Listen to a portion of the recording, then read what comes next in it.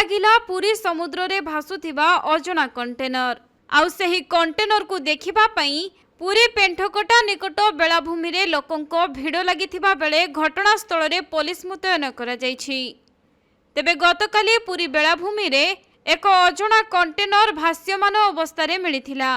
पेंठकोटार मत्स्यजीवी माने समुद्र भितर को माछ धरिबा को जाउथबा समय रे सेही अजଣା कंटेनर भासुथिबार देखिबाकू पाइथिले। आउ सेमाने मिसी कंटेनर टिकु कूल को आनिबा पई चेष्टा करिबा सत्वे कंटेनर रो ओजन अधिक थिबारु सेमाने कूल को आनि पारि नथिले।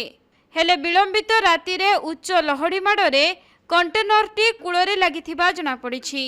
तेबे एही कंटेनर केउठु आसिला एवं सेथिरे कोन रहिछि ताहा स्पष्ट होई नाही।